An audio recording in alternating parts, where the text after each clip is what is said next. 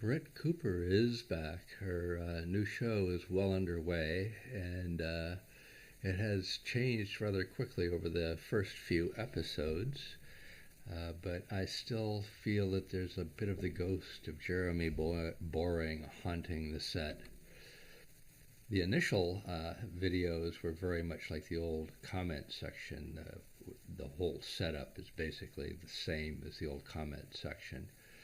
But then it very quickly turned into a much more professional looking setup. In fact, a lot more adult, actually. She's giving a little bit of Megyn Kelly in her last video there.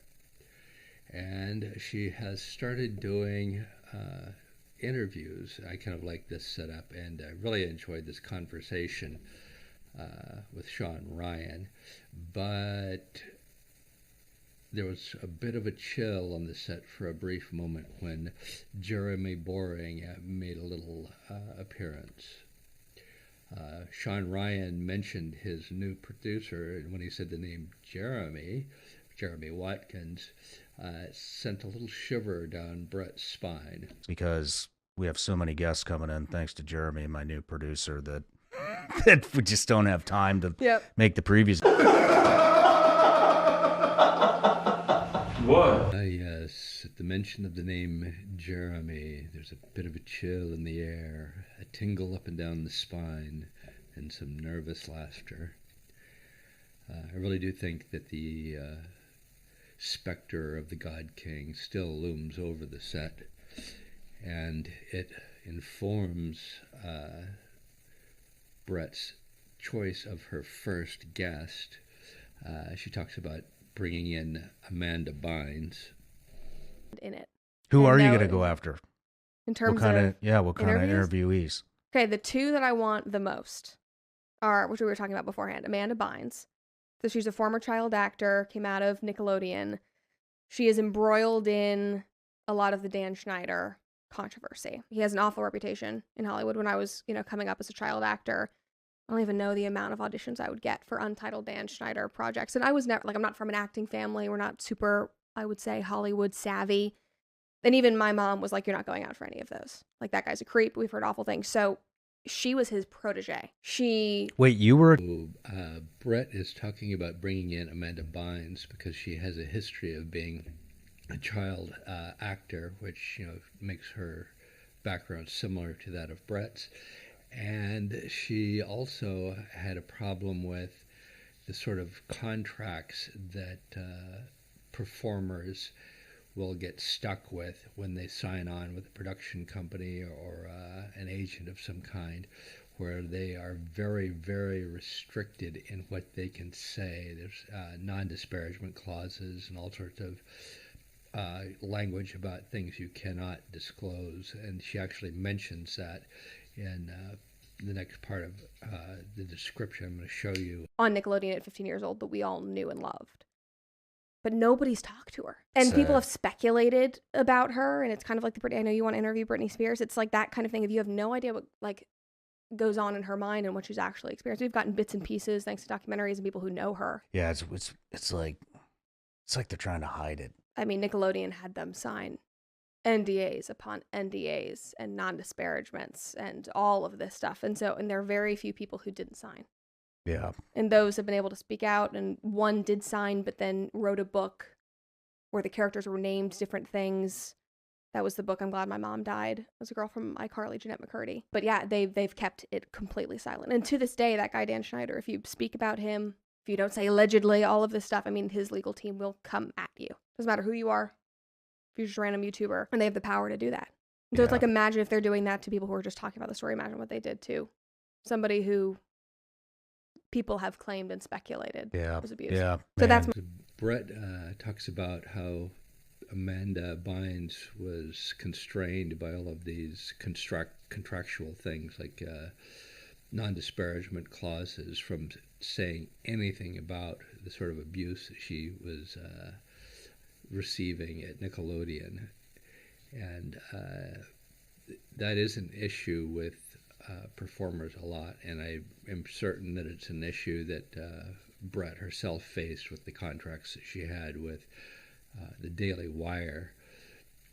She has basically said nothing at all about Jeremy Boring, and has only mentioned that she previously worked at the Daily Wire, so I'm sure that she is under some very strict non-disparagement, non-disclosure language in her contract.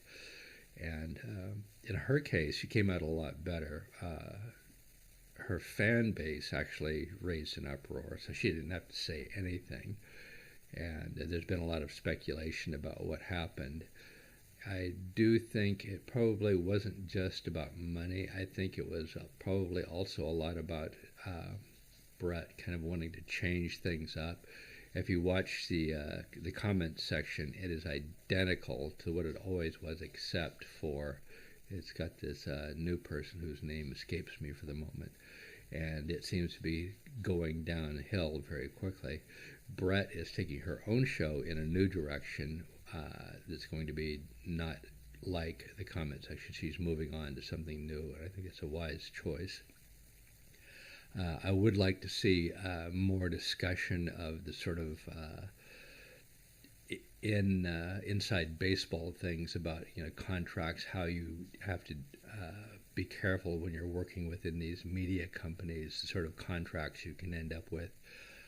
People like her, and especially young musicians, have to be very wary of signing like record deals or any kind of deal with a company, because you can find yourself in a very difficult situation where they literally own you, everything you do, your image, your name, all of it.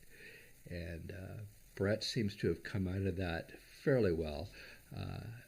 The Daily Wire did seize her, was it her Facebook page and her TikTok page? They were her personal pages. So they were somehow claiming that the Brett Cooper pages were theirs, so she lost control of those, so she had to create new ones. She has created this new show called The Brett Cooper Show, so I don't know if she's playing it close to the edge doing that. If the Daily Wire doesn't have rights to trademark her name, even though it's very closely associated with the comment section and lots of things that she did with the Daily Wire. And speaking of the Daily Wire, I'm kind of wondering where they're going to go, because they have some very costly things they're working on, like the Pendragon cycle. Where is that going to go now that Brett Cooper is no longer involved with it? I really doubt that they have the wherewithal to do a whole bunch of reshoots, replacing her character. Brett Cooper has mentioned a couple of times that she's in the Pendragon cycle, so maybe that'll just play at least the episodes they've created so far with her character, then move on from there. The Daily Wire has also probably sunk a lot of money into the Snow White thing that they were doing, and that is probably just over now. There's no way to know, how much money they sunk into the pre-production and getting ready to do that. They did film teaser trailers and stuff for it, so that could be a big problem for them. They've sunk a lot of money into these productions that don't know where they're going to go. So all in all, Brett Cooper is doing a great job. Her new show is pretty awesome, and it's still unclear what the Daily Wire is going to do. The comment section is not doing well at all, and it's very unclear what they're going to be able to do with their these TV and movie productions that they're working on. On that note, I would also like to see Brett Cooper do more interviews with actors who have worked in the Daily Wire company, like Gina Carano, I believe, did a movie with them. Isabel May did that really great action movie, Run, Hide, Fight, and she did a really marvelous job with that. And her big breakout was really that show 1883. So I would like to see Brett Cooper do some interviews with actresses who've worked within the Daily Wire system and who have gone past it and what they're doing now. It would be interesting to have an interview with Gina Carano about her ongoing fight with Disney. But I do think Brett Cooper is still suffering a little bit of PTSD from what happened to the Daily Wire. It's like just saying the name Jeremy does appear to make her a little bit jumpy and a little bit antsy. And I think she's going to do fine now. Just move on from here, and good luck and keep on going.